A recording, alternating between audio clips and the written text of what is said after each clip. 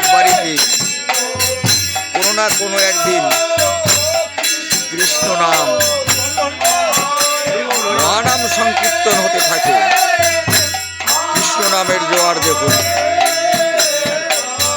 দেখুন ভক্তরা কিভাবে এত ঠান্ডার মধ্যে কৃষ্ণ নামে মাতোহারা হয়ে কৃষ্ণ নাম করছেন। দেখুন।